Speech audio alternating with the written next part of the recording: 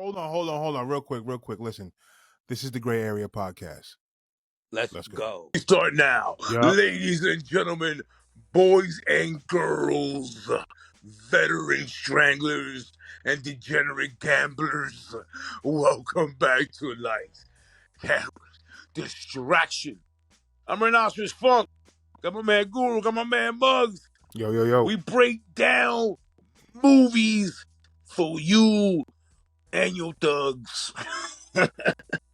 This week, what we doing? We're doing the trilogy of Ocean's 11, the contemporary Ocean's 11, the series that started in 2001 and moving forward. 3 flicks. There's one on the side with the women. We'll get into that one. That's Ocean's 8. Because it's in the same universe, we have to tap in. But Ocean's 11, beautiful cast, beautiful direction. I say beautiful all around. We're going to get to the conversation first of what these gentlemen thought. I'm going to chime in, and it's going to be a fantastic episode right here on the Gray. Mug, what you got? All right, so we got Oceans 11, 12, and 13. So to the left. 11, I mean, listen, 11. 11 is 11. 11 is 11. 11 is a remake. It was, in my eyes, one of the most successful remakes. I'm not talking about money. I'm talking about just, rewarding. Well, there's not a lot of movies that you leave from back in the day and you felt rewarded. Well, let's go with that word remake. It's not a remake. It's a boost, right? It's a because it's not the same heist, so it's not really a remake. I would say it. Damn! I wish I would have had the better word. An homage, a boost, a reawakening here of that concept. It is all due to Jerry Weintraub. Jerry Weintraub was part of the first Ocean's 11 in 1960, right? Wanted to reboot. That's the word, right? He wanted to reboot the franchise in a sense. So he taps into Steven Soderbergh and says, yo, I want to redo this. Steven Soderbergh is a dude who is at that time was already, making his name. And he himself says, yo, man, he's always been about these big pictures. This was supposed to be a big picture from the beginning. And Steven Soderbergh, he's like, yo, man, I fucking loved Jaws, and I've always wanted to make a big picture. So when this came about, it was like the first core of the creation of this was Jerry Weintraub, Steven Soderbergh, and George Clooney. And once that happened, everything just rolled into its manifestation. And it was Junior Roberts signed on, and after that happened, Brad Pitt was like, what? I'm in. And then the manicuring, I love that. The manicuring of the cast was one of their big things because they wanted people that were going to gel right. People that look good on camera, people that can hit these lines, be slick. And in my opinion, they knocked it out the park with those characters. I agree. No, I agree with that. I think 11 is everything that you want from a Friday night movie. Yeah. Gives you everything, right? And I think one of the best parts about this movie is it's a movie of camaraderie. Right, and it presents to me one of the great dichotomies, right?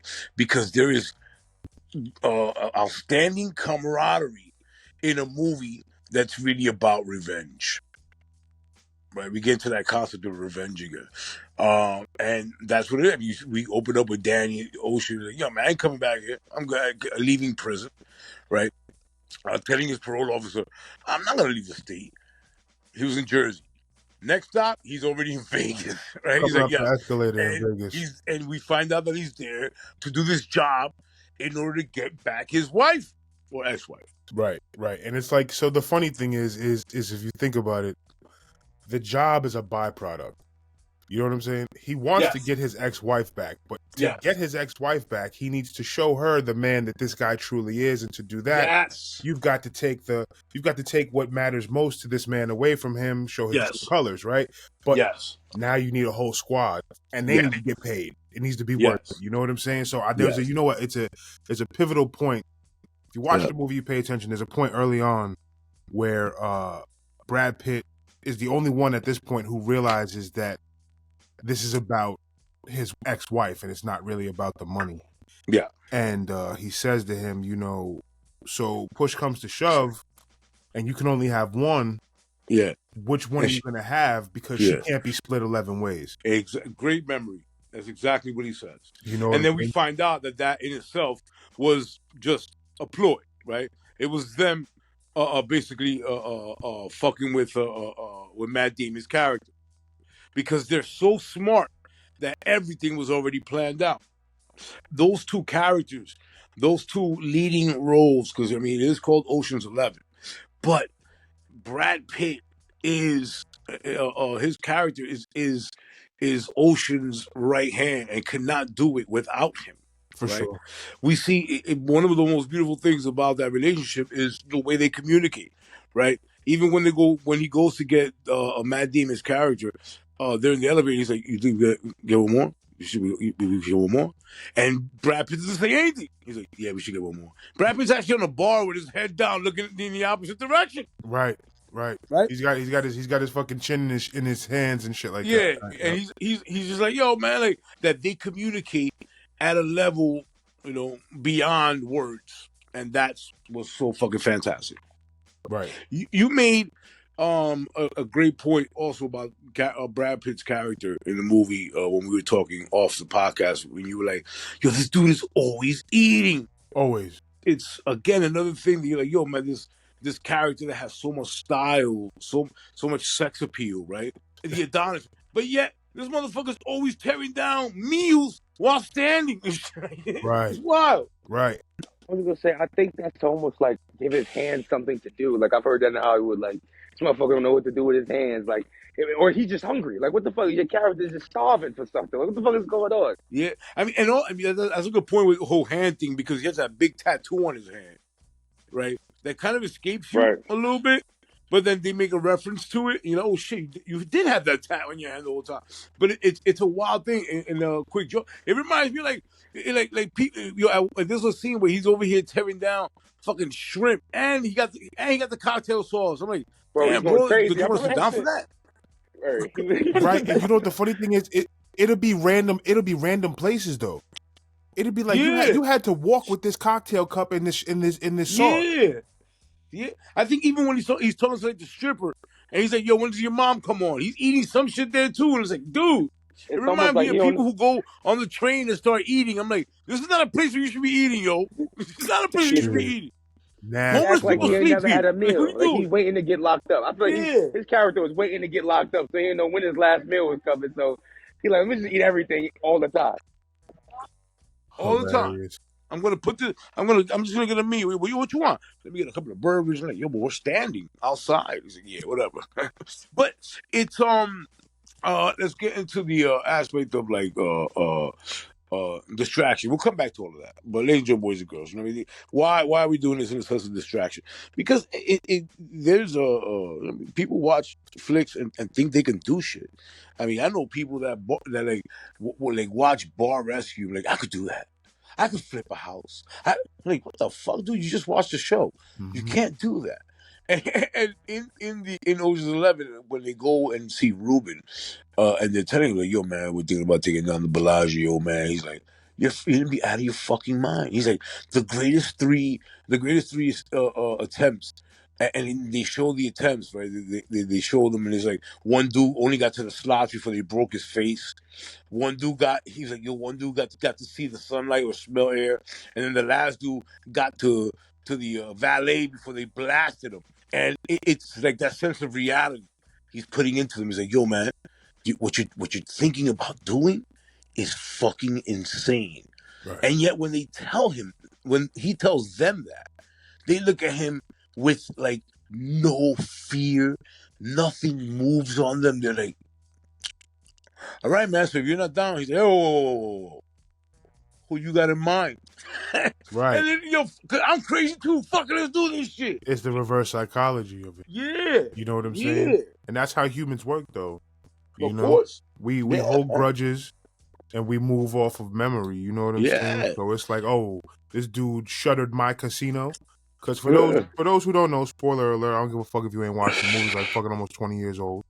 All right. No, it's 23 years old. It's Came out 20. 2001. Oh, wow. If you ain't seen this, then it's your fault. Get off the podcast and go on TikTok and slap yourself.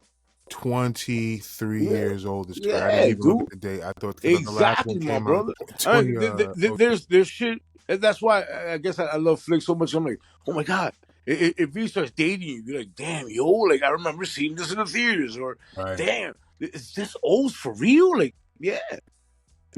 That's wild. Mm-hmm.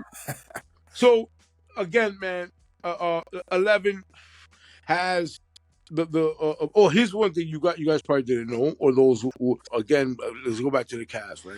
Carl Reiner, Bernie Mac, fucking Scotty Khan, Casey Affleck, yes. Yeah. So they get the cast, right, and they tell the cast to show up to Vegas, prior to shoot, and these people start hanging. Oh, Don Cheadle steals the fucking show with his British accent. I'll get back into that. And the thing is, he's like, yo, man, I want you guys to hang out. And when these people, and there's a little thing on YouTube there, it's called the Get Into It or something like, or Are You In or Out, something like that, right? That's what it is. They present everybody they meet, yo, are you in or out on this shit? I'm in, bam. But the cast gets there and they start hanging out, right? And they become friends. And you see where Steve Soderbergh said, yo, man, like, it was hard sometimes to yell action because everybody was just having so much fun. No one went back to their traders. Everyone stayed on scene, was just fooling around, right? And what makes that camaraderie, again, the camaraderie behind the camera, reflect so on camera was the fact that, yo, my man, Steven Soderbergh was behind the camera. And you don't see that in a lot of film where the director is holding the camera. Right. He's his own cinematographer. Right. They're usually sitting to the side. For people who don't know, they're usually sitting in a chair to the side while the cameraman is busting the angles out and they're telling them what to do. Exactly. So I think that's an ill technique because when you're not behind the camera and you sort of do like this, do that, you're getting more takes in order to have the options for editing later. It's the ultimate transference of vision. Yes. From paper to So if you're behind the camera and you already know as the director what you want to see in that shot, and you're behind the camera, you're like, oh, I already got it, right? There isn't this need to sit in the editing room for 15 hours and figure it out, right? So Don Cheadle, we're gonna move into part 2 soon. But Don Cheadle, one of my favorite lines in there is like when he's in a sewer and they find out that the thing is that should bother me. We're gonna get into that, but that should bother me. Wait, when he's in a sewer? Yeah, bro, why did my son have to sit here for 10 minutes and explain to this group of people what happened while I'm covered? He got shit on his face. Yeah, he had shit on his face. He has shit on his face. Yeah. You think I'm gonna sit here and explain to you? Go ahead. My fault. But he goes, because they figured out, there was a thing, and they figured out the security measure. Right. And he comes back and says, they figured it out, and now we're in Barney. Everybody's looking at him, and he's like, Barney, trouble. I said, what the fuck? Right. It's hilarious because it's this kind of lingo that, I mean, it took some research. Like, yo, man, what kind of lingo specifically is this from? Like, from I don't know, from London town, where he's supposed to be from. Right. And I find it fantastic. I mean, his character is by far one of the smartest characters. I mean, the man ran the pincher. He was an explosive expert. He's security. I mean, in part 3, he flies the helicopter. Right. He's just very versatile. His character is super duper versatile. What's your favorite character? Okay. Who's my favorite character out of the ensemble? Saul is the dude who's with them, right? And Maury. Yeah, Carl Reiner plays Saul. He's the con man. He's a confidence man. Right. He's my favorite character. Yeah, very He's cool. my favorite character. I say he's my favorite character only because you know what? There were certain times in that movie, like when he's about to go down and he's about to get access to the vault, and they're about to show him how they're gonna put the stones into the vault and everything. Yeah, He passes out, right? At yeah, first, I'm like, yo, is he really going through something? And I've seen the yeah, movie a bunch of times, so for me to yeah, watch it again and be like, yo, I'm thrown off by his acting. yeah, You know what I'm saying? yeah. That I feel like that's what did it for me. That's a good scene you caught there, because right before that, his character was compromised. Mm-hmm. When he was walking through the good. I'm glad we brought this up because I have other things. When he's walking through the casino floor, right, and the guy's like, "Saul, it's me, Right. it's me, Saul." He's like, "Hey." This dude, Terry Benedict's character looks at me. He's like, "Please, Mr. Benedict, I don't appreciate the feeling of metal to my skin," and he guides that situation where he was being suspected of something. He's like, "Nah, come on, I'm too high class for this. I don't know who the fuck this guy is," right? And they move. So let's get into the casino, right? Back to Jerry Weintraub. Jerry Weintraub again was part of the first movie in 1960.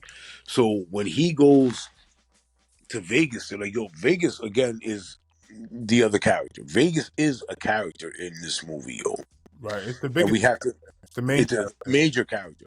And what's beautiful, why I keep mentioning Jerry Weintraub, is that Jerry Weintraub went into the actual Bellagio, was like, "Yo, look, we need to borrow this casino."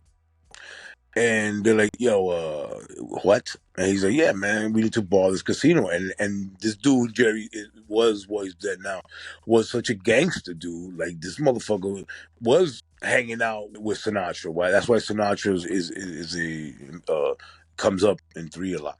But he was hanging out with Sinatra. He was in the music scene, right? And since the 50s. Right. So when he steps to the Bellagio, he's like, "Yo, man," and he's like, "Yo, we had to make sure that we understood that we had an $850 million backdrop. And this is $850 million in 2001, 2000. That's probably like $1 trillion right now. I don't know how the economy works. I'm kidding. But they had access to the casino from 6 a.m. to 4 p.m. And they could not shut down the casino. So all the people you see in the backdrop were real people playing in the casino. Right? And they were just like, "Yo, guys, we're filming this movie. Just be respectful." And those people are like, "Listen, man, we're degenerate gamblers." That's why I started this shit. If you're in a casino gambling at 8:30 in the morning, you got fucking problems, B. Call somebody or don't call nobody. I don't give a flying fuck. Keep living your life. I'm not your fucking father. But the point of the story is, these people are gambling. This thing is still going on. And they're going back and forth and just, cutting and editing around people, which I found to be fucking fantastic. Right. It gives it a very authentic, Yes. if something happens kind of shit. You know what I'm Yeah. saying? Yeah.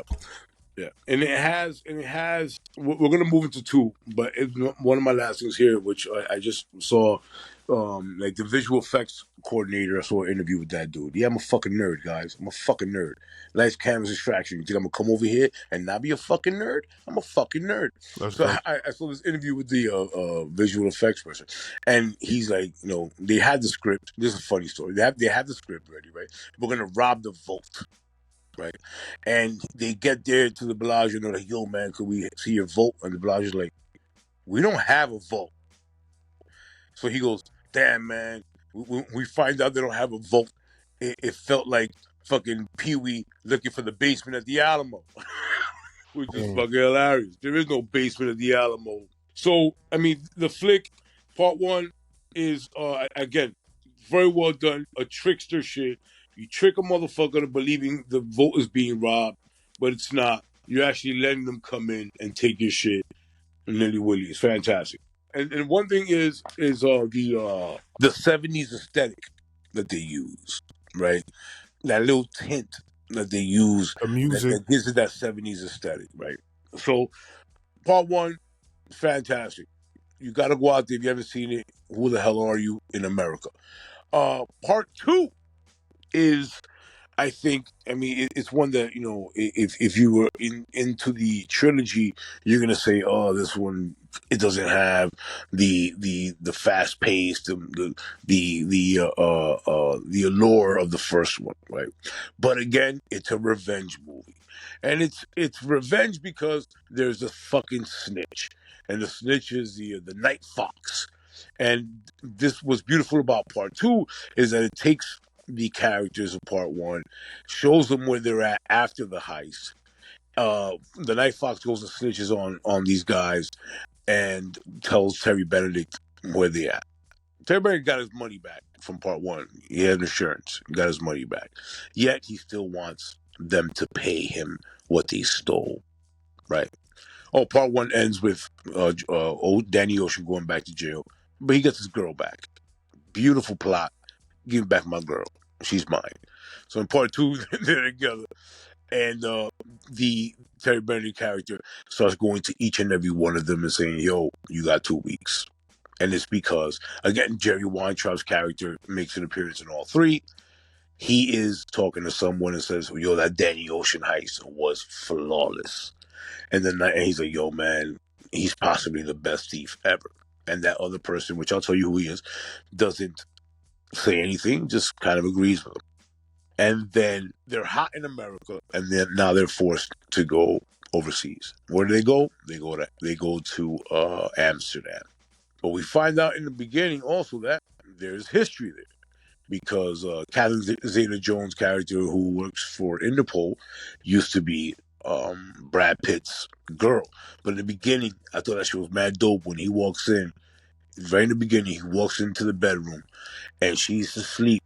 And he's like, "Yo, man, I'm gonna take a shower." She's like, "Yo, we got a hit on that shoe print and a hair. So by tomorrow we'll find out what his diet is, all that shit." And he's like, "All right, I'm gonna take a shower."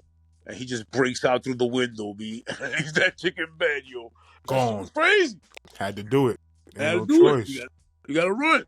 And it gives you this backdrop to the commitment of this lifestyle that these people have. I mean, listen, I used to boost like crazy out of stores in the mall back in the 90s. I never planned a heist. Tell you that much. I used to steal mad CDs out of Nobody Beats the Wiz. I ain't never planned a heist or be committed to that kind of shit. Part two, it's wild because she had seen Brad Pitt's character. Again, the music, right? The music changes. It's no longer this funky music that we had in part one. It's more of Italian, Spanish, romantic guitars. European classical. Yes, and she sees him. I think she sees him like running, and he's running from the cops, and she's like at that little cafe, and so and he just jetting with like shades on, and still looks at her, gives her a smile, and she's like, "Oh shit!" And the next day he comes like, "Yo, what's up?" Yo, she's like, "Yo, I saw you yesterday," and he goes, "No, you didn't." He said, "Yeah, you're being chased by the cops." And his next line is, "Doesn't say much for the cops, huh?" Like this shit is smooth as fuck, B. Some debonair shit, bro. Yeah, like when was the last time Casanova shit. anybody out there listening? When was the last time you were smooth on anything in your life like that? For real, Niggas can't even open the fridge smoothly. right? Shit, That's hilarious. it's wild. So part two, it's I mean it's also dope because part two we also start seeing the development of Matt Damon's character, and he's making an effort to be like, "Yo, man, like I want a bigger role in this.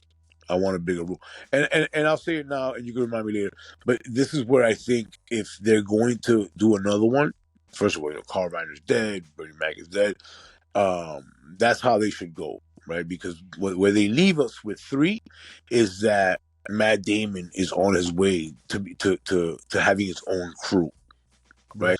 And he starts setting that up in part two. He's like, and he goes to the Matsui deal, and they start fucking like speaking lost in translation shit, right?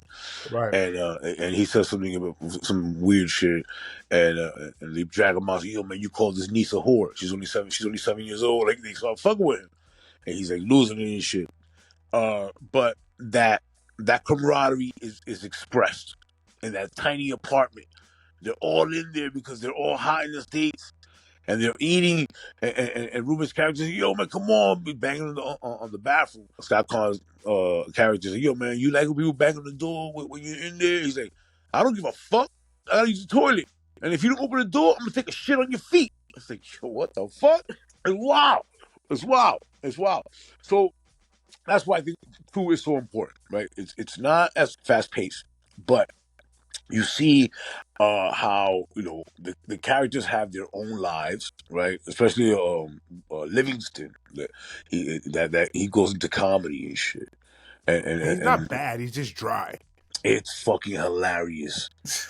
He's like yeah, and so I'm nervous, she's nervous, and he's like explaining this thing where you think he's gonna be talking about the shorty he's dating, and he goes, and then I told her, Mom, and I'm laughing. No one was laughing. I thought she was fucking funny. And then Terry Benedict comes here and he goes, "Thanks for letting me finish."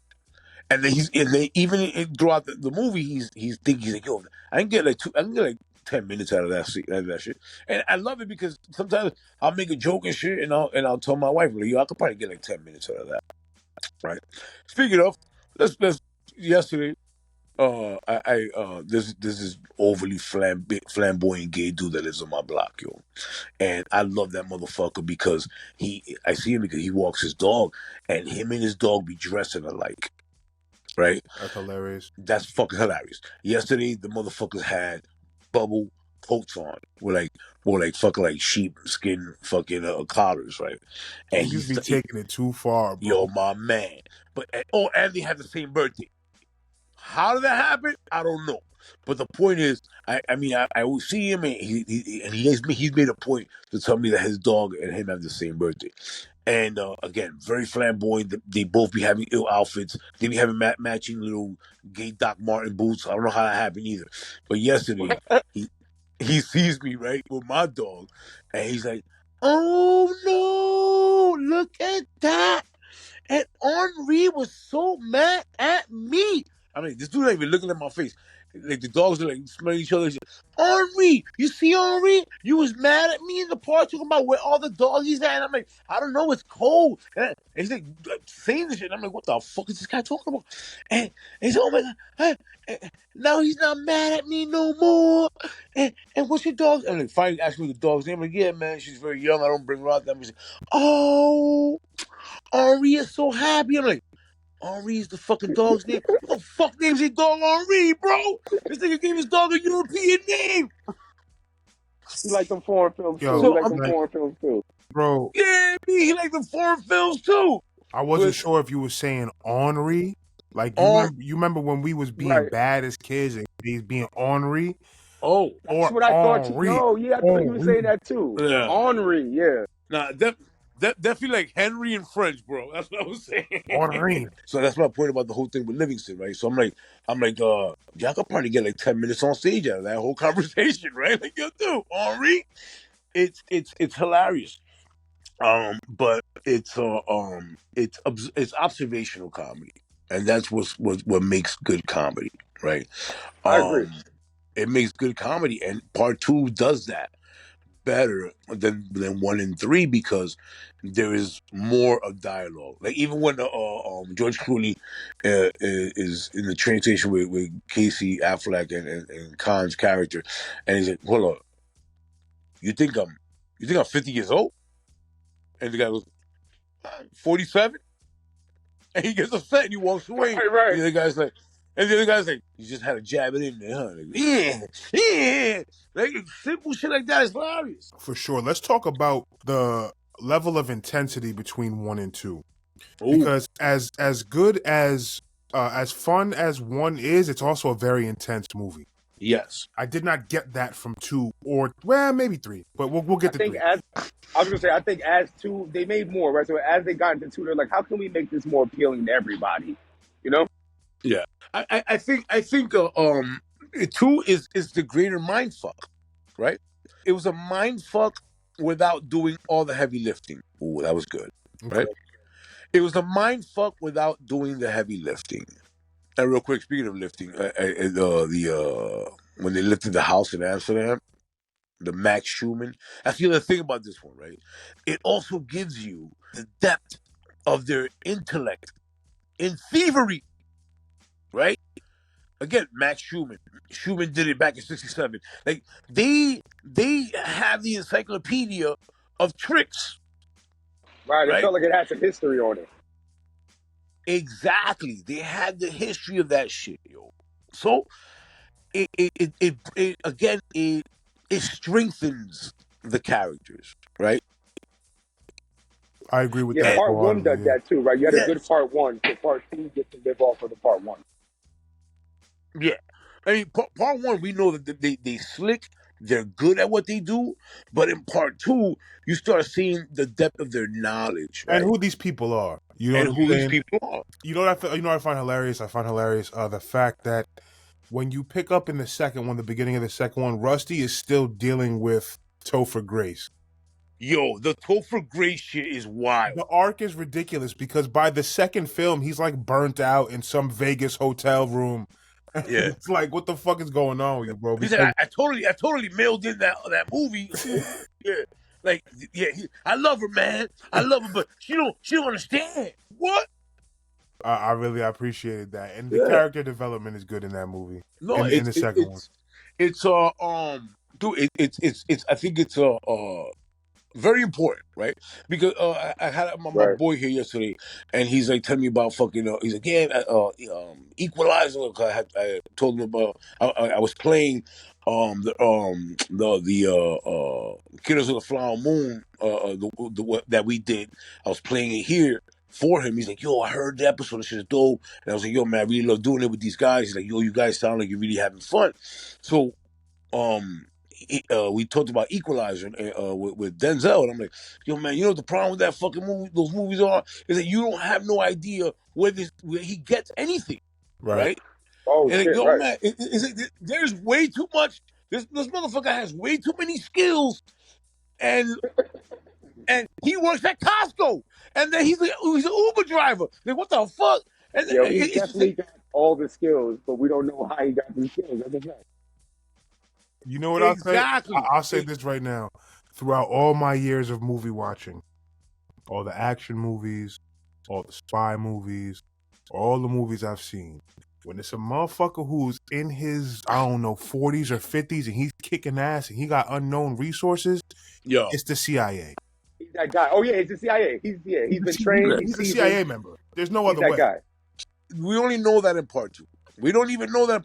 We find that that's why part two of that trilogy is It's the best to one. me the best one, because you have to know that he worked, and they don't even say CIA, they say State Department, Right. and that's a very ill distraction that we have to assume that everybody who works for the government has fucking these skills to murder with their bare hands. Like, Right. nah, B, nah. A lot of We can niggas is we can go pencil down the pushers, bro. history of people who worked for the FBI, CIA.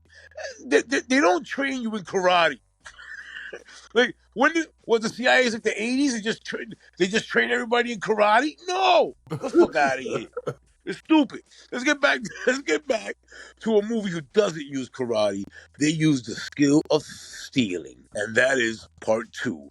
Ocean's 12 came out 2000, and I don't even remember right now. But don't worry about it. The Night Fox. Night Fox was ill, dude. The Night Fox was nobility. This motherfucker lived on Lake Como in Italy, and when they find what was dope. This motherfucker, remember in the plot, he had stolen like a prince's yacht, and still was hanging out with that dude. He had robbed the Louvre like 12 times. This motherfucker had, and when they found out who he was, this dude was just walking down one of the corridors of his mansion, and they had just taken like 6 pieces. And he was like, Right. and then in the background, he's like, yo, so what are we gonna do? And Danny Ocean goes, we reply in kind. Yo, my man, you snitch me out, and then I'm gonna just go and just pick your wallet real quick, It's just to get your attention. right. It's like we leveling the playing field. I'm letting you Yeah. know that now. All right, you got my attention. Now I'm getting your attention. You know. What I'm Yeah, like, yo, I'm not a sucker, saying? and that's what I find beautiful about that squad. They never, there's never a panic button. Even if when you mentioned Brad Pitt and the Topher Grace comes out of the hotel and he's on the phone with Terry Bennett. He's like, "Oh, you're gonna get one of your cars," and boom, and there's an explosion. That nigga Brad Pitt, he kind of cocks back. He's like, "Oh, this explosion!" You see his face with the explosion. He But smirks. he's scared. He smirks it off. These motherfuckers are never scared, doggy. They are never scared because there's always a fucking plan, and that's what I love about that shit. There's always a fucking plan. It's like, yo, Bernie Mac gets hemmed up. He knew he was gonna get hemmed up because that was his boot that they found. And you see Bernie Mac in the prison, and that dude's just talking to him. He's just sitting there like, yeah, B, this is all part of the plan. Right. Like, it's always part of the plan, and that's what I always loved about that shit. I like 2. I like 1 the best. I do like 1 the best, but I'd like 2, man. 2 was solid. 2 is solid. And again, 2 is one of those joints that you have to have like a deep appreciation for it. If you just watch it like that, 2 does not stand up to 1. It does not. Right? Well, it can't. Right. You see, this is the thing about it. No. A lot of people watch movies the first time. They watch the first one and they won't buy into the second one because the second one's usually not that good, right? Yeah. It's hard to capture lightning again. But if you're in unless it's Back to the Future. Right, yo. Back to the Future. They got progressively better. Progressively better. Because in my older age, as I get older, I like the third one more than I ever have. Sometimes part 2s fall short. This one didn't necessarily fall short, and if you're in it for the story, then it's even more rewarding. Yeah. You know what I'm saying? Yeah. I mean, listen, you find out how in depth these guys are to their knowledge of being thieves. And what's really beautiful is that then you are you also find out that they're just not Vegas bound, right? These motherfuckers are known internationally. So back to that point I was making with Jerry Weintraub's character, he's an insurance guy, and that he was saying that Danny Ocean was probably the best thief in the world. He was telling that to the character Lamarck, who is supposedly the best thief in the world. Ever. Right? And trained that guy, the Night Fox. And when Lamarck didn't say anything, the Night Fox said, "Oh, word, now I got to prove it and make this a competition." But that's rule number 1. In thievery world, you don't fucking snitch. I guess that's probably rule number 1 in any world, right? But they come up to him like, "Yo, you broke rule number 1, and there's consequences." And he's very overconfident. He's like, "Man, fuck you. I'm the best thief. I walk around with no socks on. I'm rich. I fuck bitches." Shoes with no socks. You remember that? Yeah. So they have to steal the fabricated egg. I'm probably saying that wrong. Fabergé egg, and the one part of that joint I did not enjoy. Let's do that. That I did not enjoy was the scene where they bring Julia Roberts' character to Rome, and then she has to play the real Julia Roberts, and then Bruce Willis comes out. You know what? This is okay. Yeah. So it was overkill. I'm glad I brought that up. I didn't want this podcast to go through. I was gonna mention it. It was overkill, but you know what? I found it funny. Yeah, I found it stupid. You know what I'm saying? You know when it's like she spoke to herself. Right, she spoke to herself on the phone, and it's and then they wind up getting caught. Anyway, it was dumb, and it was a dumb because you were like, oh, could you sign this for me? Oh, aren't you left-handed? Right. But what's wild about that scene is that Bruce Willis goes, "She is left-handed," and then they arrest them, and Bruce Willis goes after the pussy real quick. He goes to Kathy Zeta-Jones. He's like, "You got a man?" And she was wild. Like, what the fuck is going on here? But again, it was all part of the plot, all part of the gimmick, right? And then we see like the SUVs come in, and that scene where that lady and Matt Damon's character, she's like, "Yo, man, you better snitch. You think I'm not gonna get one of y'all to snitch?" And she's like, "Yo, look at you, B. What is the history gonna fucking remember you, man?" Oh, Linus, that's his name, Linus, right? And she's like, come on, Linus. There's a whole bunch of people back. One of them is gonna snitch. You might as well take the deal. And she walks away. She's like, "Look at that. I almost forgot your name." Right? And he goes, Wait. And then you see them all come out of the prison, and he's in the car with the agent, and then it turns out to be his mom. So, and then we find out another surprise is that Lamarck, which, and that's what crazy shit. Lamarck, Let's hold on before you get into it. This is a redemption plot, ladies and gentlemen. Yes. Before we get into it, so there's redemption here, but there's also revenge, right? It's a funny revenge, but there's a revenge because the Night Fox wants to get revenge in some way, right? Is that clear, right? Even though they didn't do anything to him, it's kind of a revenge. Well, the thing about the Night Fox is that this is a guy who's purely in it for sport. He's not in it for any type of money. He's old, rich. He's old European France rich. Yeah. He's not in it for any type of money, so he's in it for the sport. So it's like if he feels slighted, he's it's like so maybe revenge. Maybe revenge is not a good. It's not a good thing here, right? Because they did nothing to him. He feels slighted on his own, right? But they really didn't do anything to him.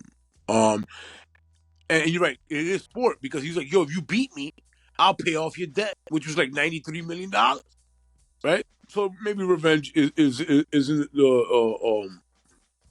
proper there, but that sport aspect, and then the scene.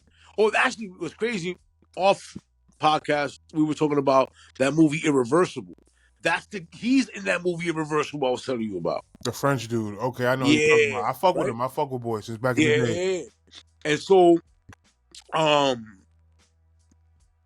the scene, when they were like, yo, man, how did you do it? And he's like, yo, man, I broke in there. No ropes, no nothing. This dude's like a fucking French ninja, right? And he starts going through the beams. And busting down the dance at the same time. Yeah, doing like capoeira and shit on the beat. That shit was dope, right? But what's also funny about that scene is like, yo, but I had my men there. And then they go into and his boys over here fighting and shit. And he goes in, he's like, yo, that's how I got the egg. And he's like, all right, man, now that you did that, and it's Julia Roberts and George Clooney, like, we'll tell you you're the best. All right, you're the best. Now, can I have my money? He's like, what do you mean? He's like, can I have my money? And he's like, what are you talking about? He's like, oh, you spoke to Lamarck. Lamarck, ladies and gentlemen, boys and girls, is supposedly the best thief in the entire world. But Danny Ocean and Brad Pitt go to Lamarck first. And you see the respect these guys got. Again, it's similar to that in the first movie when they're talking to Ruben. They're just standing there with no fucks given. And Lamarck apologizes to them. And he's like, yo, it's my bad, yo. I should have fucking corrected that. And tells them where the real egg is going to be transported. And it's an amazing plot, right? George Clooney starts fighting Khan's character because of the Yankees and the Red Sox. And it was around like 2004. Look at that. Perfect plot. Isn't that crazy? Get the egg. And then we find out that Catherine Zeta-Jones was actually the daughter of Lamarck, and Brad Pitt brings her to him. And still keeps that situation. He's like, yo, who owns this house? She's like, a friend of an old thief or something like that. And then you see that embrace. So there's a lot of stuff there that it doesn't move fast, but again, it helps you understand the characters much more. Definitely. And I mean, at first, I didn't think that Catherine Zeta-Jones did a good job, but by the end of the movie, I liked her character. So if that's for what it's worth, you know what I'm saying? Yeah, for what it's worth. Yeah. So let's move into 3. 3 is by far my favorite. Really? Wow. Yes. Wow. Yes. Was not expecting that. Oh, here's a curveball, baby. 3 is by far my favorite. Interesting. Because 3 is everything. 3 is redemption. 3 is obviously revenge. 3 is now the full blossom of these beautiful relationships, right? 3 starts off, Ruben is I mean, head over heels in love with the partnership that he's creating with Willie Bank, and Willie Bank is played by Al Pacino. they're constructing this crazy fucking huge hotel, and it's Willie Bank is the hotel king of the world, where every time he opens a hotel, he gets the 5 Diamond Award, right? And he straight up and down bullies Ruben's character out of it, takes Did you his notice money. at that point? Did you notice at that point that Ruben's character was overdoing it on the East Coast accent? I just felt he had a very Jewish accent. Right. It just Like, sounded very New Yorkish to me, and it just he yeah. kept just. But you know what? He didn't have it so much in the first one. Is my point. Maybe it's time passed. Maybe the character's supposed to be Mhm. older. Whatever the case is, but I just noticed that the accent was much more heavy in that one period that you're speaking about. That one time. That's why you said I hear it, like I mentioned that scene. I'll take a shit on your shoes, right? In part 2, I hear it because I mean I've watched these joints so many fucking times, but I hear it. I mean I think 3 is because it's so centered around him. You see what I'm saying? He's a side guy in the others, for what it's worth, but in 3 it's really centered around him. The So motive that is I think him. that's probably why you hear it like that. Right. Yeah, but um. It's again this rally, right? This rally around Ruben, because when Al Pacino's character Willie Bank straight up and down takes his land, takes his fucking money, go down to he made him get the chandeliers, he made him steal the chefs from around the world, got him passports, and it's a wild thing because he goes into, which I find hilarious. He goes in. I forgot what they called it in the movie, but it was basically shock. It was shock. He was shocked. Some You type know? of cardiac arrhythmia, some shit like that. Yeah, man. Basically being a little bitch. Be man up. You got jerk me. He had the ultimate panic attack. Yeah, basically. Thank you very much. Your man panicked himself into a coma. Nah, for real, was laid up. He panicked Was himself laid into a up. coma. So, it was dope. Is that uh if you remember, Brad Pitt is in the middle of a robbery, dude, In and the he gets a beginning, phone at call. the opening scene. Yep. Yeah, he gets a phone call. And he's like, "Where is he now?" And in the middle, he's like, "I gotta go," and just breaks the fuck out. But your man definitely takes a private jet. And we see that it's a rally with the troops, man. And where are the women? It's not their fight, but yet the women, their complications with each of their women, even though the women are not there, it weighs heavy on the movie. And then you come to find out that it was just Warner Brothers that didn't want Julia Roberts or Catherine Zeta-Jones back. That was sad. But the writing in why those women weren't there, I think is fucking awesome. Right? So we see that everyone comes back, and they're like, "Yo, I'm ready. I'm ready to stomp out Willie Bank. I'll find him. I'll tie him up. I'll torture him. Yeah, they're I'll talking about fuck. killing him. Yeah, it's about killing that motherfucker." And Daniel Ocean's like, "Nah, man. You know, it's the what the rule is. Which again, the rules are there in all 3 movies." And he's like, "Nah, what the rule is that we offer him a Billy Martin." And for those who are not familiar with the thievery world, a Billy Martin is you let a motherfucker slide if he makes the other motherfucker right. And then he goes to Al Pacino, "Yo, dude, you almost killed this motherfucker. He panicked himself into a coma." He's like, "Yo, you're gonna make him right?" And Al Pacino's character is fucking heartless. He's like, "Yo, B, if that motherfucker didn't see that I was gonna rob him, then he should just roll over and fucking die." And he's like, "Oh, word." And then these motherfuckers go and plan for like 8 months to do this nigga dirty. Come on. That's beautiful. Shit is nasty work, bro. You know what I My will man. say? Oh, yo, by the way, I got another Soderbergh heist film. I don't know if you've seen it, but we have to do it. It's called Logan Lucky. Oh, I've not seen that. And it's with Channing Tatum, Daniel Craig, Adam Driver.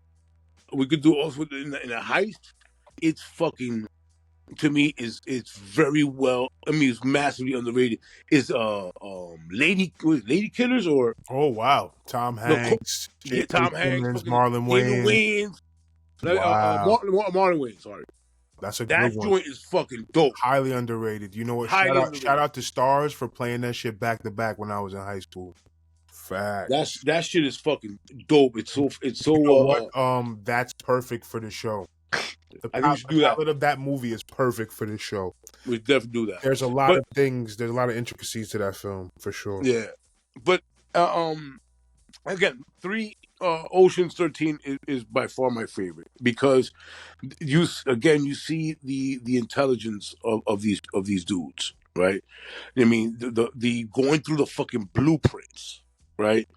Again, Brad Pitt eating, but going through the blueprints, uh, um, the infiltration, right? The infiltration of getting Livingston into the what's that shit called, the shuffle royale, right? The manipulation of egos. When they get Frank, fucking Bernie Mac's character, to do that domino shit. I think it's fucking amazing. The planning. When they actually in the part where they need to incorporate Terry Benedict because their money ran out, and he's like, yo, but why don't you just do this? It worked for you before. He's like, yo, you crazy? You don't do the same shit twice. You got to do shit different. It's like, yo, dude, it's this acknowledgement of your skill, right? I'm not gonna do the same shit I did last time. I'm gonna do some shit different and do it better. Right. And again, to bring back Don Cheadle's character, right? He's down there. So the plot is that they're going for there's this new technology, this new way of casino security. And that's the other thing you have to understand too. Ladies and gentlemen, boys and girls, casino security is one of the best in the world. There's a reason why the house wins. Is because they're making sure that no one even has an edge on winning. Eyes in the So, sky. yeah, I mean, you got eyes in the sky. You got eyes in the skies watching the eyes in the skies. Mm-hmm. You know what I mean? And it gets into that, and I love that about that flick, right? So the new joint, the new security system, is called the Greco, and I love the scene where they in this flick, they also hire. You see how they ain't cheap. They throw money around. So they got the British dude to come in. His name is Roman, and he comes in. He's like, "Yo, guys, thanks for the $100,000." He's like, "Don't worry about it." He's like, "Yo, but if it takes more than one day," he's like, "Yo, don't worry about it." So he tells him about this Greco, and the Brad Pitt goes, "What? You guys know each other?" He's like, "Yeah, man, we're schoolmates." He goes, "Your name is Roman. His name is Greco." He's like, "Yeah, you obviously never been to an English boarding school." And I love that line because historically, we have to understand how the Greek Empire and the Roman Empire really influenced England, really influenced the development of England. That's why I love that line. But he tells them this system is AI basically, right? It measures heart rates, it measures fucking blood flow. So it's basically almost impossible to beat it. But there is one way: a fucking magnetron, right? And eventually they through I mean the casing the joint, right? The way they put that camera in Willie Banks' office, just the work that's done with casing a joint to get the job done right is some shit you have to admire. For sure, the discipline. Like, you know what? The funny thing is, movies like this, they skim over the real wet work of shit like Yes. this. You know what I'm Yes. saying? Like the real actual man hours and due Exactly. diligence that goes into this. And it's like, if Exactly. And you see that in the scene where Bernie Mac is in the hotel room, and he's over here talking about he's like, what did he say? Oh, he used to fuck the CEO of Samsung, and he jots that down, right? And that's how they're able to get him to bring the magnetron in the secure room, That special phone. right? And you see the ego and the heartlessness of Al Pacino of Willie Bang when he gets the phone and he picks up the card and the woman is narrating the card. She's like, and he just rips it up. He goes, the one that got away. He's just so evil. Nah, right? Definitely like a maniacal character. Maniacal. You know, I think it's one of Al Pacino's. It's one of his better later performances. You know what I'm saying? Yeah. Definitely, because not long after this, we got like fucking Righteous Kill and shit like that, and it was like, you know, it's a good play. It's a good play. I mean,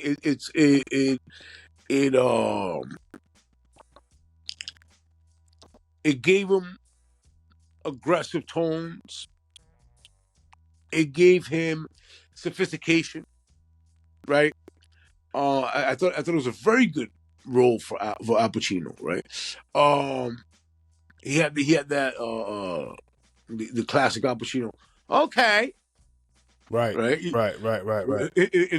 the summer, and you know, like I think I had mentioned about Robert De Niro, and it's like a little bit, those little things they have, those little kind of ways of saying that, those nuances that they both have, right?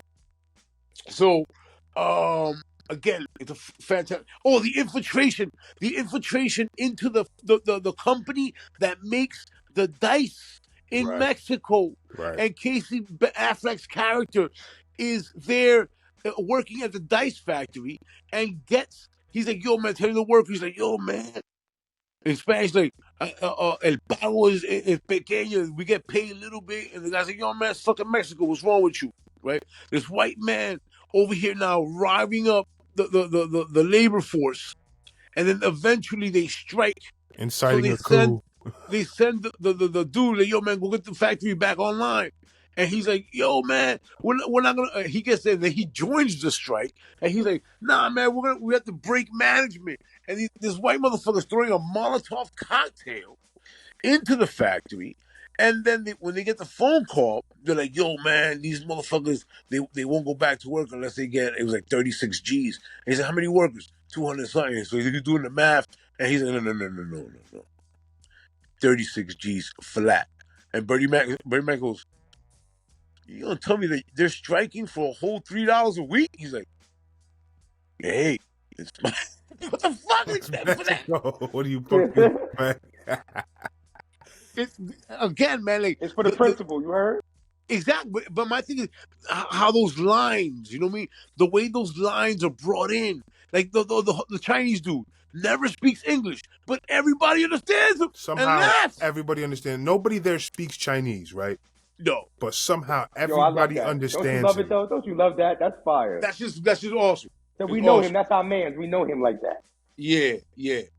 And then in part 3, when they're like, yo, man, you gotta go through the elevator shaft and put these explosives. He's like, so he says some shit, and they look at him and go, that was CGI? Like, they know everything he's saying. I'm like, it's fucking great writing. Right. It speaks to the writing. And I can appreciate that. You know how hard it is to get everybody back for 3 times. This ain't the Lord of the Rings, bro. Yeah, you know what I'm saying. Like, this ain't a Marvel movie. So 3 is my favorite because I think it's more comedic, right? There is, and again, there are these things that follow each one, especially Brad Pitt and Clooney in a hotel room.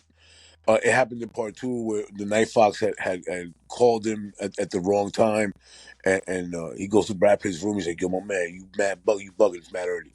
And he's like, yo, but I got the phone call from downstairs. He's like, oh, that was fucked up, man. He got you. Like, it was a quick little joke. Like, he got you to wake up 7 hours early. And then in part 3, Brad Pitt goes and checks out Clooney. He's banging on the door, and Clooney comes to the door, and he got tears in his eyes. And he's like, yo, you over here crying? And he's like, nah, man, I'm just tired. And he's like, hold up. You crying over here with some wine and you watching Oprah?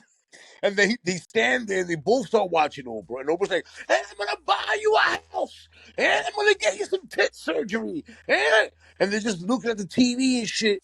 And Brad Pitt looks at me and goes, she's really gonna buy him the house?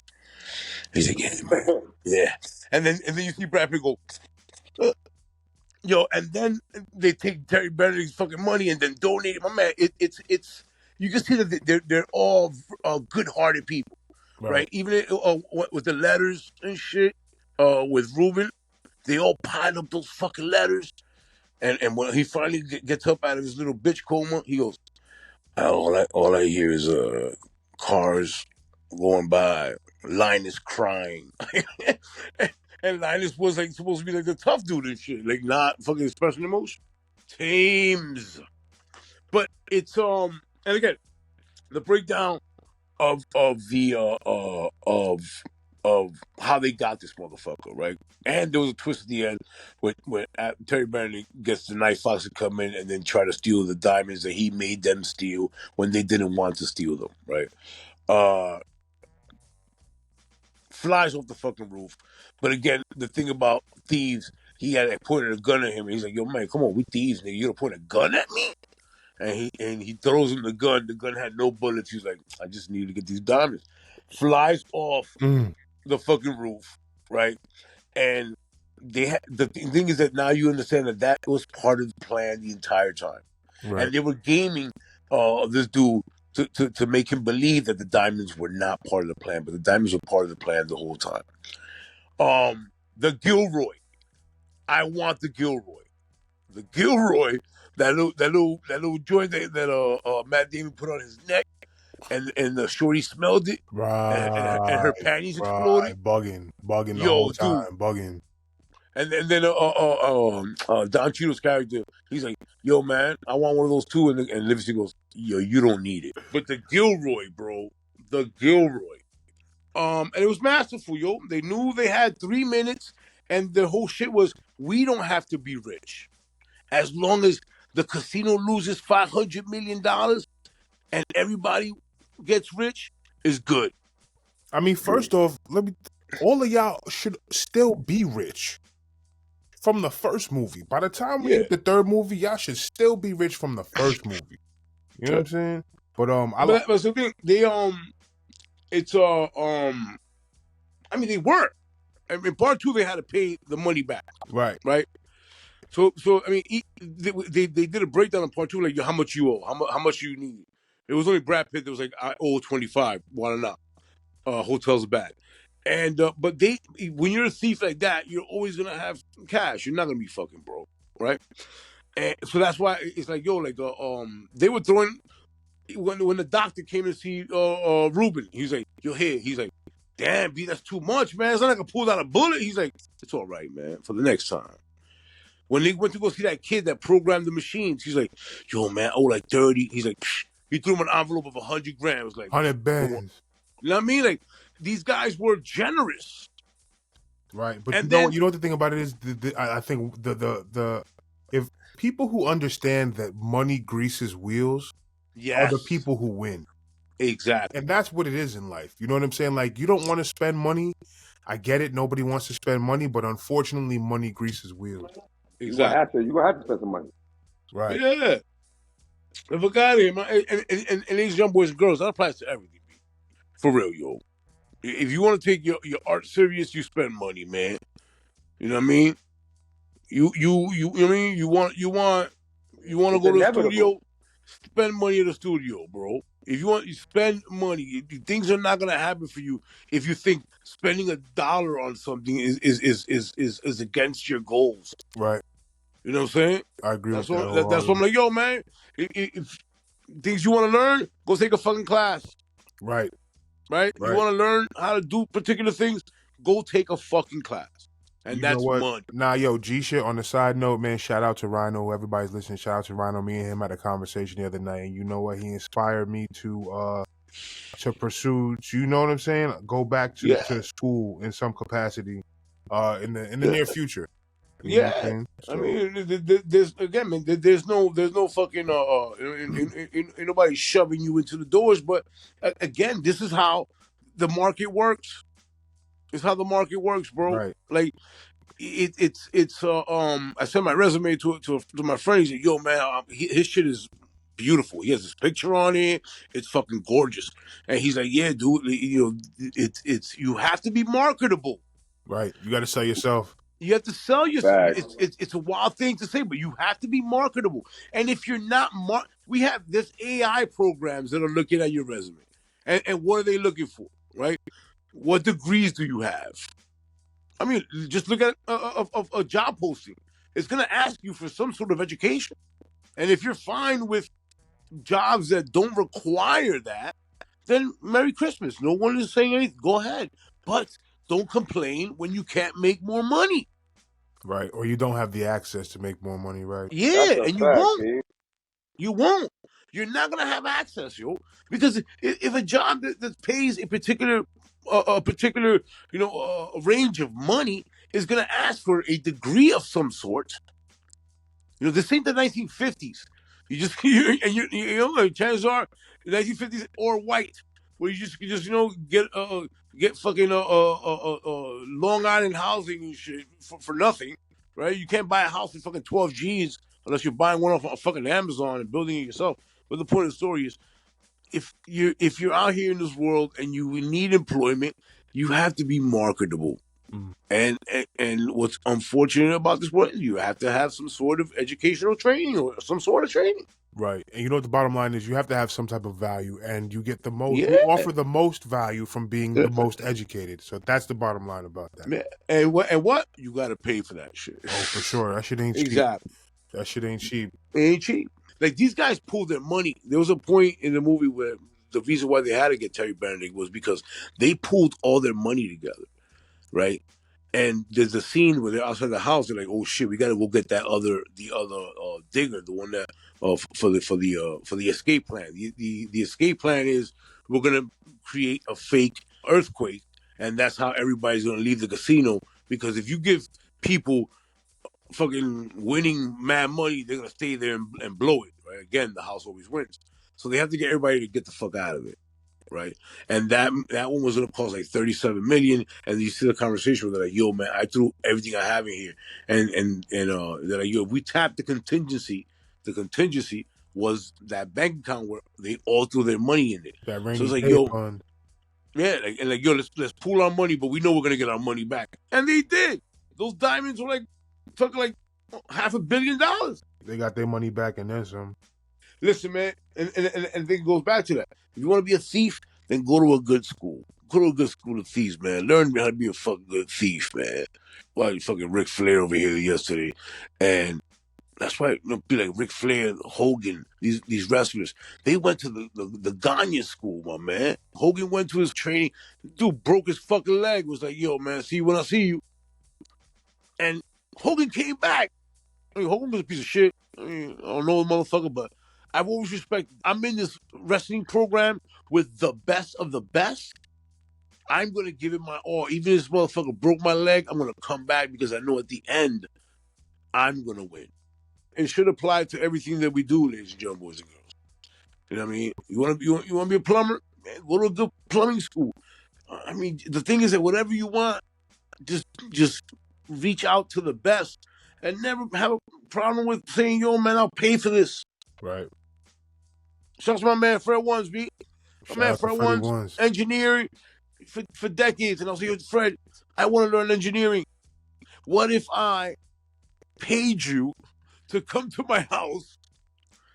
I make coffee and roll joints, and you just teach me the philosophy of engineering." Right. And this is my friend. I could have been like, "Yo, man, just no." I value your work and I see your value. And you know what? At the core of that, it is you respect him as a man. Exactly, and that's how we all should treat each other, right? Agreed. That's why it was beautiful. Dude, here's 100 G's. Here's this. You know what I'm saying? Like, when they had turned down the guy who was writing about the five diamonds, you see Brad Pitt come behind the guy and slide money in his pocket. When the guy was stealing the silverware that's made out of gold, he's like, "Yo, man, he's like, yo, come on, man." He's like, "No. I just want to double your salary, your yearly salary. I want to double it in one night." And he's like, "What? Right. What do I got to do?" What I gotta do?" the chick at the hotel. He goes, yo, man, you do this for us, I'll get you your own fucking hotel. You can run in my car. And she's like, what? You know what I'm saying? Like, don't you have to be able to share the wealth. To give back. How about the very last scene of the third movie? My diamonds. Brad Pitt is at the slot machine. And, Oh yeah, hold on. Yes, all right, let me break that down, right? yeah, go So ahead. also,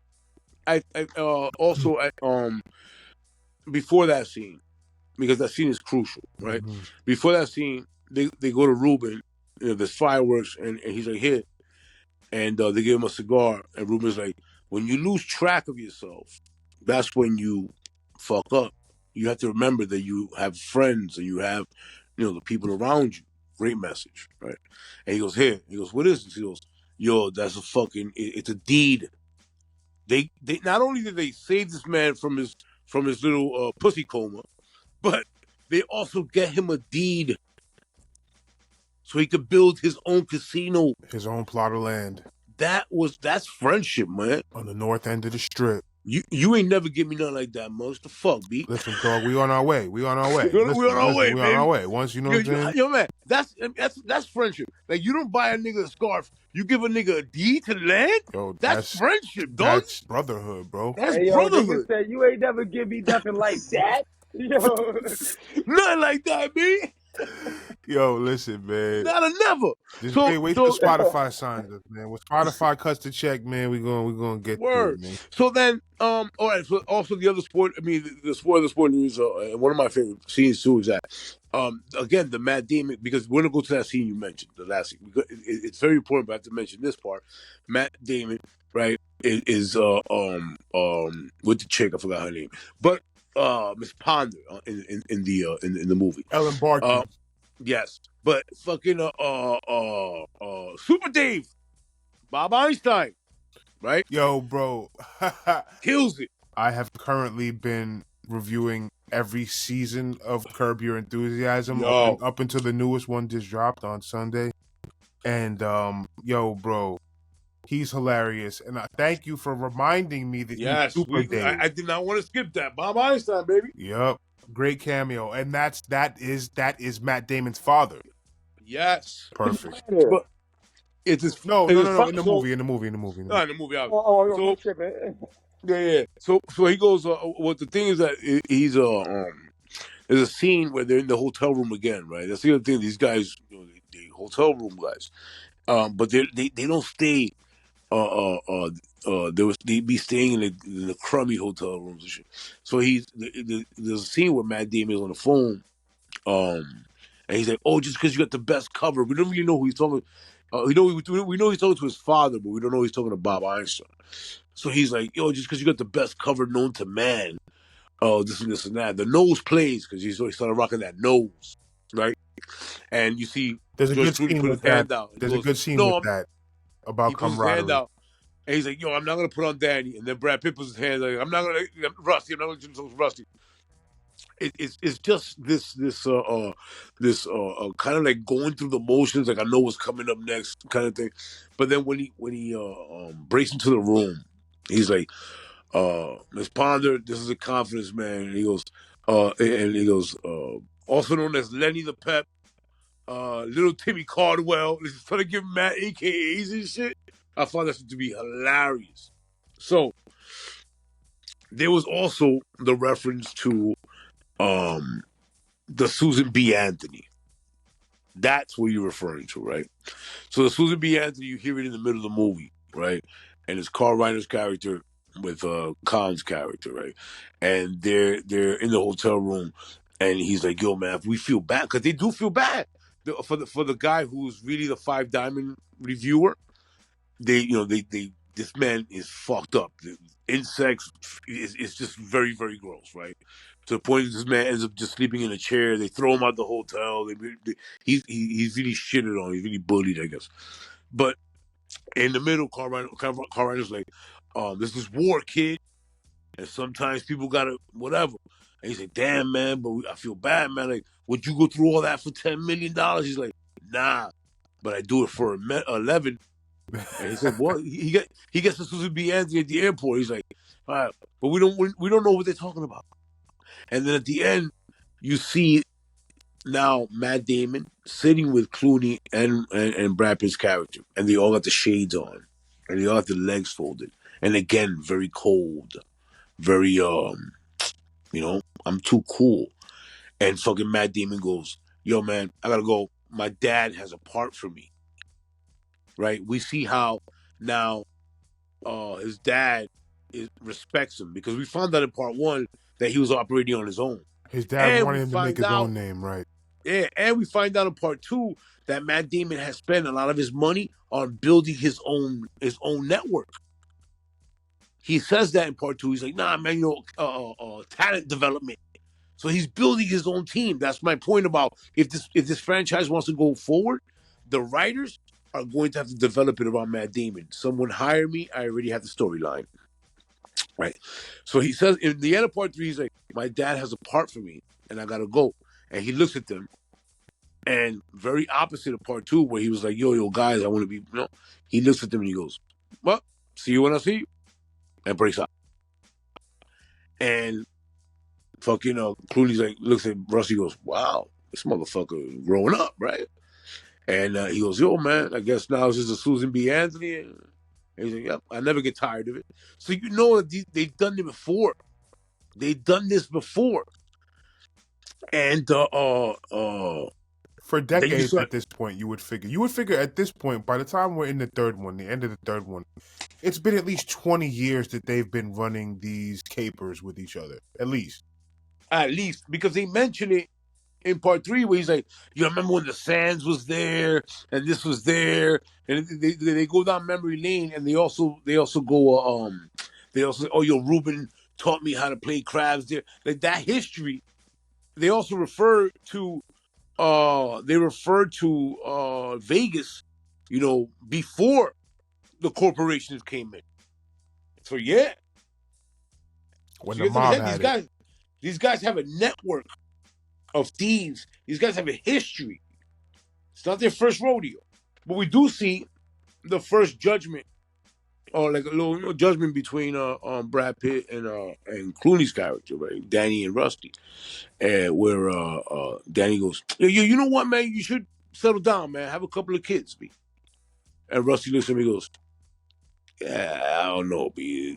And then he looks at me and goes, "Hey, why don't you keep a couple of pounds off, you fat bitch?" like kind of shit like that. And then he walks away, and he goes into the machine, and you still see the guy like struggling, trying to get home. And Brad Pitt, he's a great kind of judge of character because you see him when the fat shorty in the casino, he lets her win that money, and then he fucking drops the coins, and the guy is still very nice. "Yo, man, you dropped the coins." He's like, "Hey, why don't you play this machine? It's been hitting all day." And the guy, and baby, I won $11 million, and that connects to the middle of the movie, that conversation, and again the music. Do do do do do.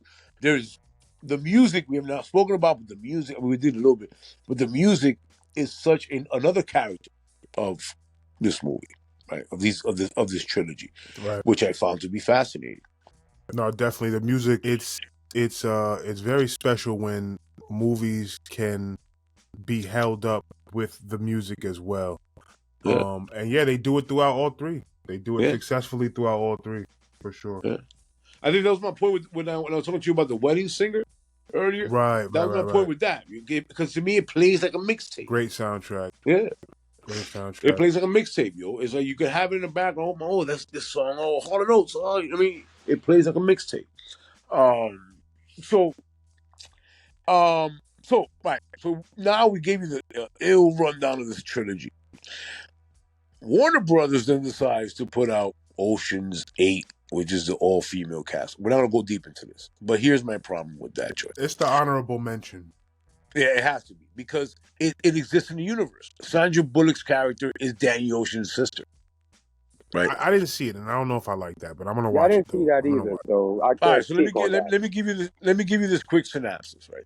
She's Danny Ocean's sister, right? And she is also coming out of jail the same way Danny was in part one, right? So there's mass similarity shits, which I have to do the honorable mention because it's again part of that universe, right? And it's because Warner Brothers owns the characters, right? Right. So she gets out of prison, right? You find out that she was in prison for a couple of years because someone like dicked her, like someone jerked her. This dude that she was in love with dicked her in the art, it's in the art world, right? Got her to like start selling these paintings, and FBI takes her down. She goes to jail. They start talking to her. She's like, yo, I don't talk. This motherfucker's like, yeah, it was all her shit. So she went down and he was chilling, right? She gets out of fucking jail. She and been plotting this whole thing to get this motherfucker back again, revenge, the whole entire time. Starts getting her team together. She also has her cold squadron and like her Rusty character. But we see that her Rusty character, what she's doing is like halfway filling bottles of vodka for clubs. So like her game plan is not really the Rusty game plan. Like I'm not too sold on that these bitches could do something, right? So they start getting a crew together of chicks that they worked with, have not worked with.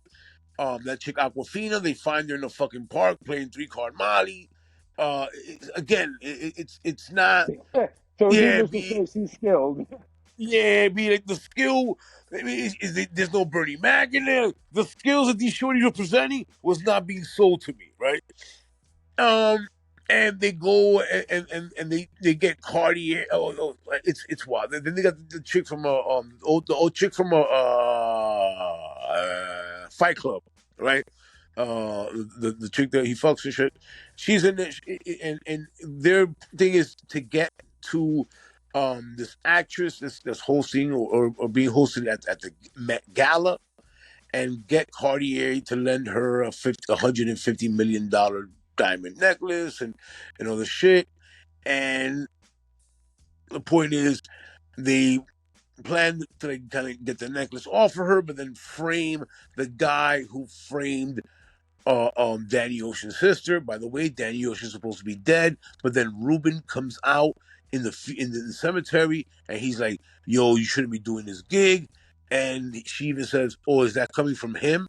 While staring at his headstone, and he's like, "Yo, man, all I'm saying is that." So it's like there's like a secret society, or that's like him or Danny Ocean passing a message through Ruben, right? So it's in the universe, so you have to mention it. So eventually, they steal this fucking $150 million Cartier necklace. She frames her ex-man by using this actress who is now fucking her ex-man. They use older women to fucking start getting these diamonds on the market, and it all traces back to him. They get his girl to turn on that dude at the end because he promises everybody that they're gonna get like $16 million. Everybody's like, "Oh man," but this, I'm the whole time like, "Yo, but this necklace is worth $150. You're putting it on the market. How are you gonna give everybody $16 million? There's 80 y'all. It doesn't make sense."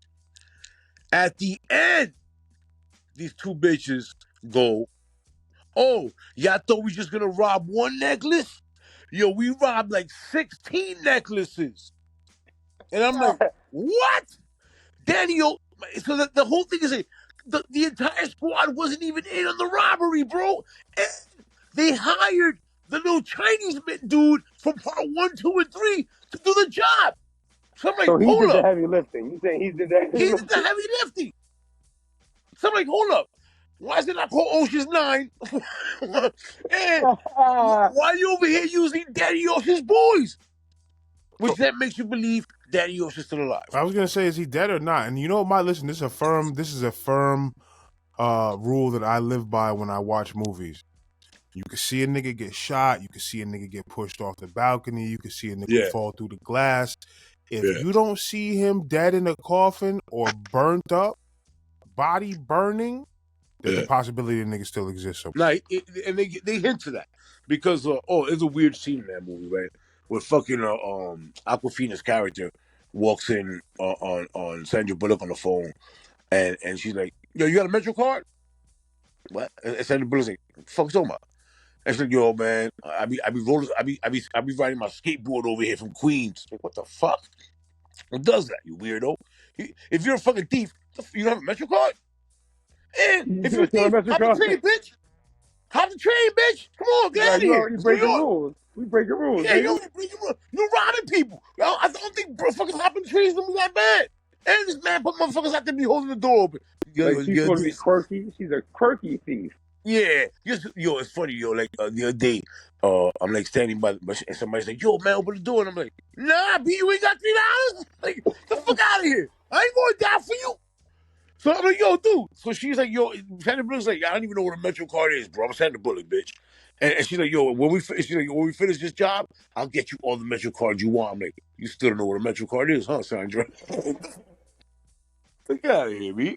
$16 million each, and you fuck out a Metro card? You can't get this bitch a Metro card? She be like, So we and got then extra necklaces. yeah, right. It's just again that whole idea that you stole behind the backs of the people you were stealing with is fucking weird to me. I don't think Danny Ocean or Rusty ever would have done that. Agreed. I think I haven't seen it, but yeah, you make it sound like it's just a lower level of. First of all, who the fuck are these two people's parents? Who are your parents? That Yo, both of you guys had that's to. funny. That's funny you mention that shit, yo, because they say that shit in the movie, yo. That's funny, bro. And I never seen it. You see? Yeah, I know you. That's why I'm Who saying. raised you? That's yo. Somebody because there's this dude that's going after her. This insurance agent, and he's like, yo, he had busted her dad, and he gets there, he's like, yo, man, your family's fucked up. It's hilarious. But listen, you want to go watch it? Go watch it. So, Ocean's 11, 12, 13. On my list, I mean, we do the whole the bucket, right? The bucket of popcorn. Buckets of popcorn. Because as a trilogy, it's 5 all the way for me. Like for me. I watch every time I run into them. I watch them. I love the direction. I love the cinematography. I love the music. I love the actors. The writing. I have to mention this. The scene when they fucking blow up the hotel in part 1, and everyone turns around except for Danny Ocean. It's an amazing scene. It provides quirkiness, Right. it provides comedy, it provides action, That's some fly shit. it's thrillers, mystery, all that shit. So to me, it's 5. Lights, cameras, distraction. Don't think you can go out there and rob a casino, ladies and gentlemen. Oh man, especially it's a movie. This is the early 2000s. The AI is gonna burn you these days. Well, they have flip phones. They have flip phones. Yeah, they had flip phones. Yo, when he pulled that damn Nokia out the box, it was a brick phone. Imagine that. Yeah, you can't try that nowadays, ladies and gentlemen. No, you can't. Oh man. But I give it a 5 out of 5. I really hope that someone hears this and decides to write another offshoot with Linus his ideas. Because man, there are characters out there, and his developing his own core of thieves. I think it's dope, man. And you know what's good about that? You could introduce, if you get Matt Damon to star in that, you can introduce a whole slew of other people that are new to the universe. That's my point. I mean, and you can have you can bring back Don Cheadle, right? But then you're like, yo, man, I got this person. You know, you could bring in some shorty. I mean, you could bring in other people. You know, or it's my cousin. You know, you can keep that universe going, and it'll be a better universe than Marvel.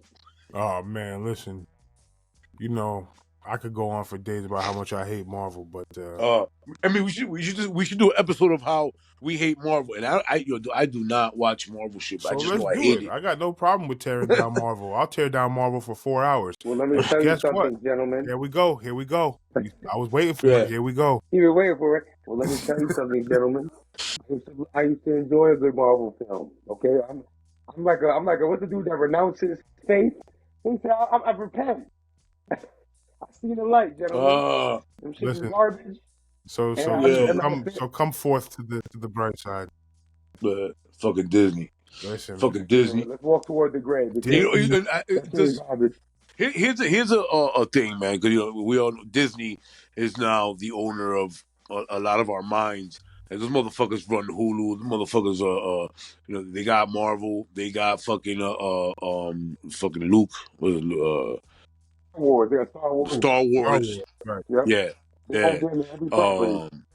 So this dude, man, fucking the Star Wars creator, George Lucas. George Lucas. Do they own? They just own Star Wars, or do they own like all of Lucas's properties? They don't own all of Lucas's properties, right? They wouldn't, right? Because if they did, where the fuck is the remake of Howard the Duck? That's what I want to see.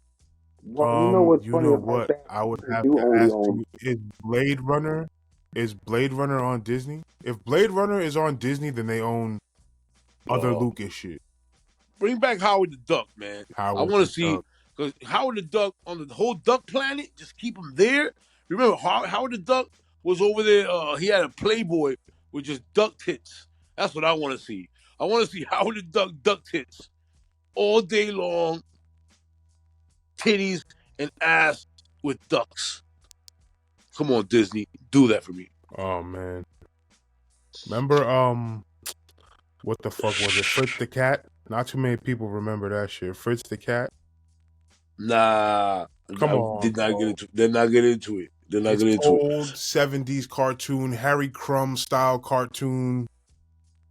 Just adventure of this fucking cat that be running around.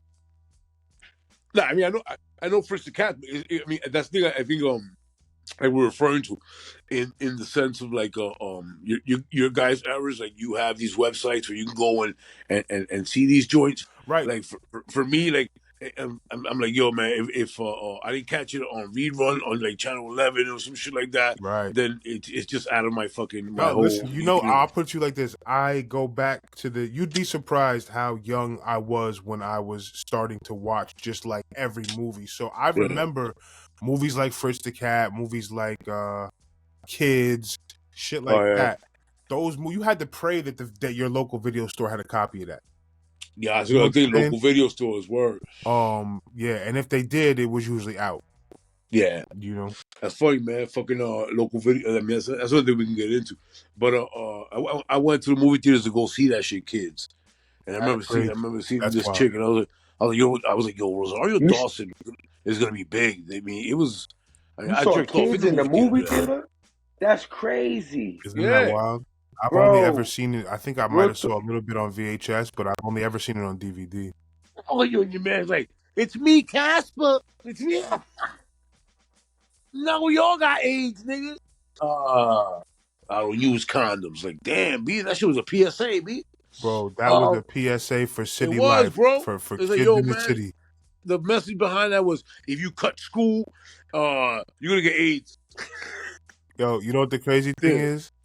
I was in work the other day and the fucking thought hit me and I just started saying the shit like, yo, it's 10 o'clock. Do you know where your children are? You remember that shit from the 90s? Hell yeah, bro? Channel 5, B.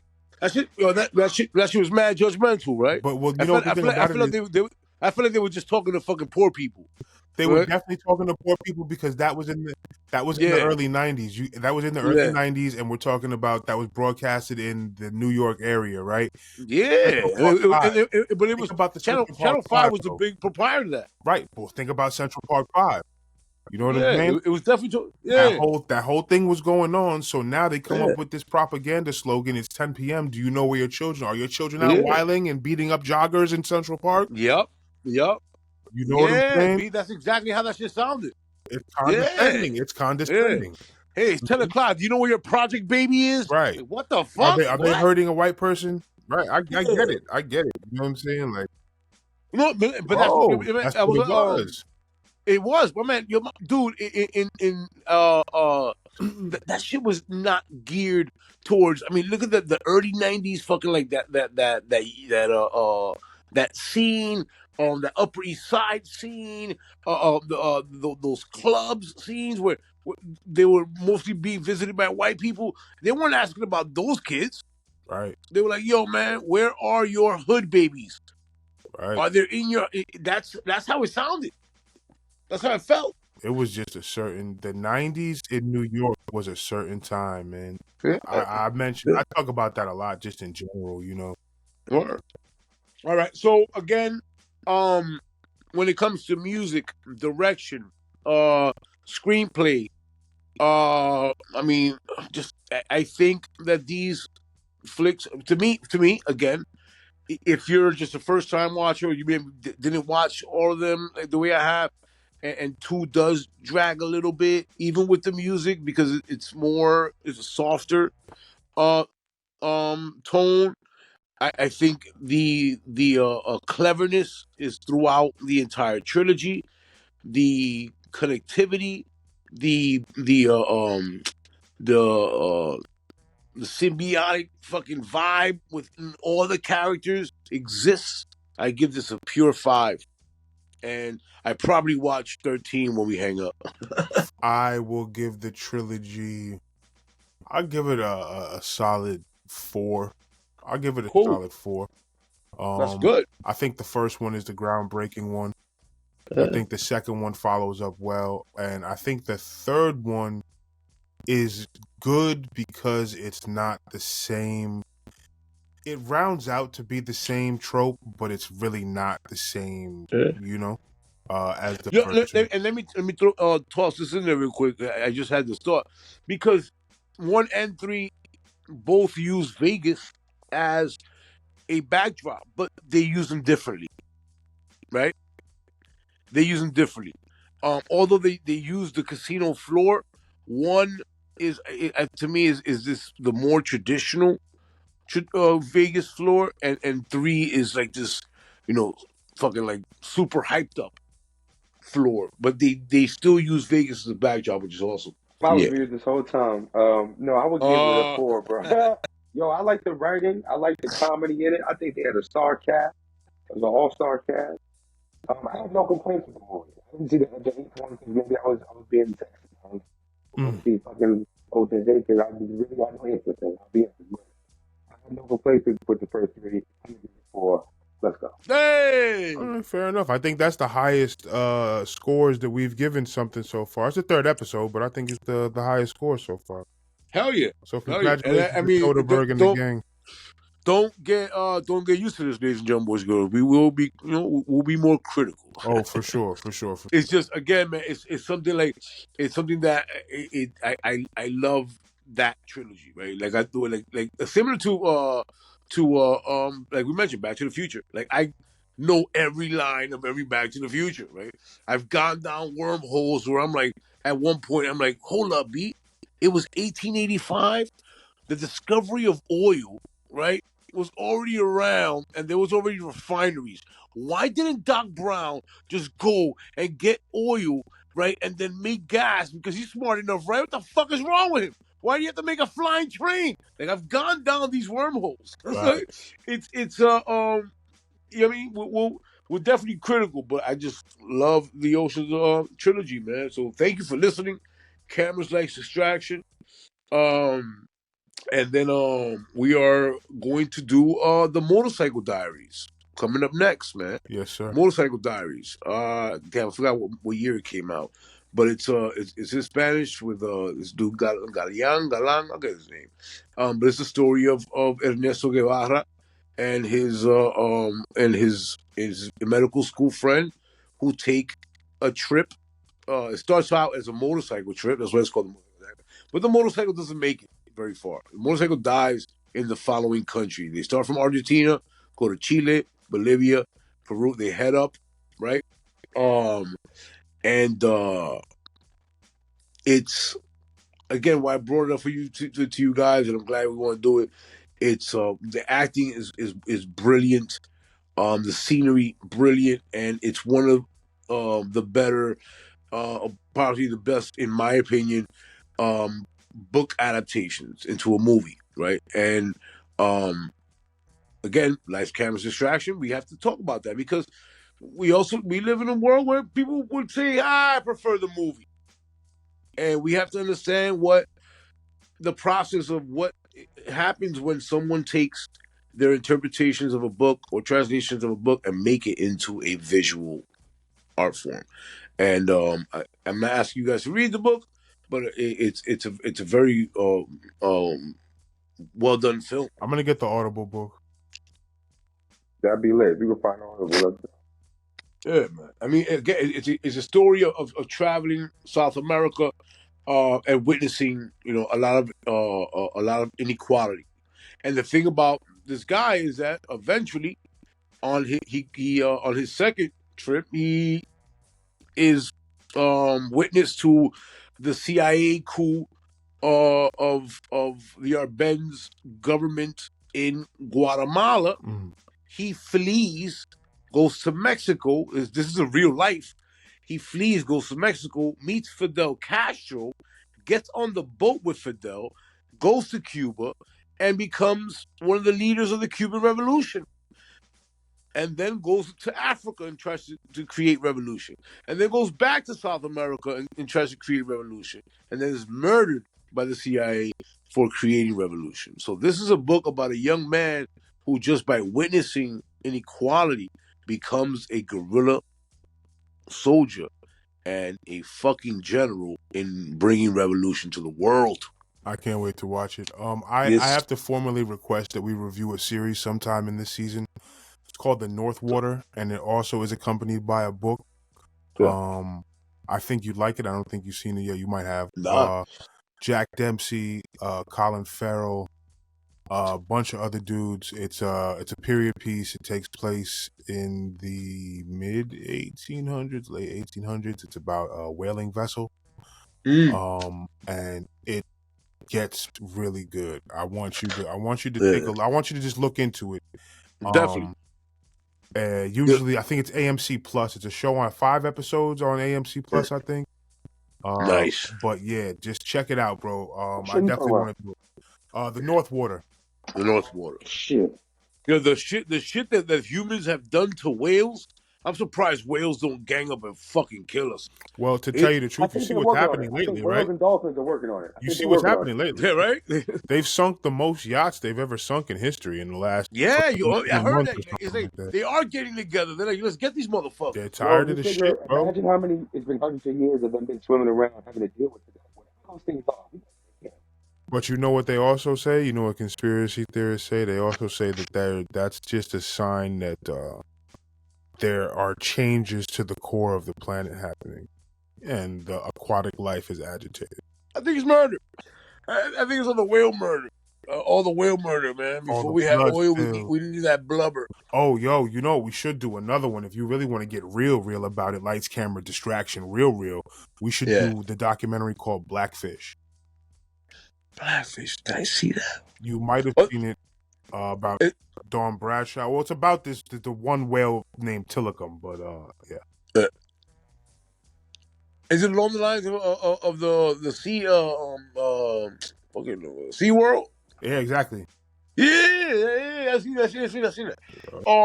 Definitely seen that. Damn, what was the series? I just ran through Ted Lasso again. And as a fan, when it was on, I realized why I was so disappointed. And I just ran through 3 seasons in a couple of days, playing in the background and shit. I'm like, I really hate myself for being disappointed, because that Ted Lasso was brilliant. And the problem, I think it was that when the release of streaming shows, like, why the fuck are you being greedy and making me wait a week for you to drop a next episode? Like, just drop it, right? And then they had a little problem where they had like they had for the 3rd season, it took them a year longer to put it out. So the anticipation of all that shit. But the point is, I mean, it's a brilliant fucking show. But initially I was like, yo, what the fuck? Again, it's only 3 seasons, which is fantastic when a show does that and they don't start jumping the fucking shark. But I think that's a cool one as well. There's a lot of stuff here. And guys, drop suggestions. If you're watching this on YouTube, drop suggestions. If you want us to review something, we should start saying that. If you want us to review something that you think is cool, hey, drop it on there, and we'll give it an opportunity. That's a great thing about this. That I don't think that at any moment that we've spoken that we said nah, not that. You know, we're open to reviewing a lot of stuff. Everything. You know, anybody like Rhino said, anybody has any ideas, suggestions, listen, just drop them in the comments. As a matter of fact, we'll adjust the Spotify Q&A for that. And yeah, let us know. Word. So for Lights, Cameras, Distraction on the Gray Area Podcast, my name is Rhinoceros Funk, and we here doing this. My man Muggs, my man Guru.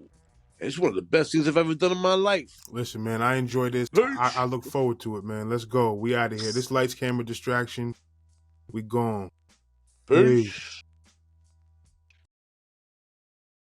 Perhaps I don't want what you think I want. And if there's nothing you can give me, perhaps there is something that I can give you.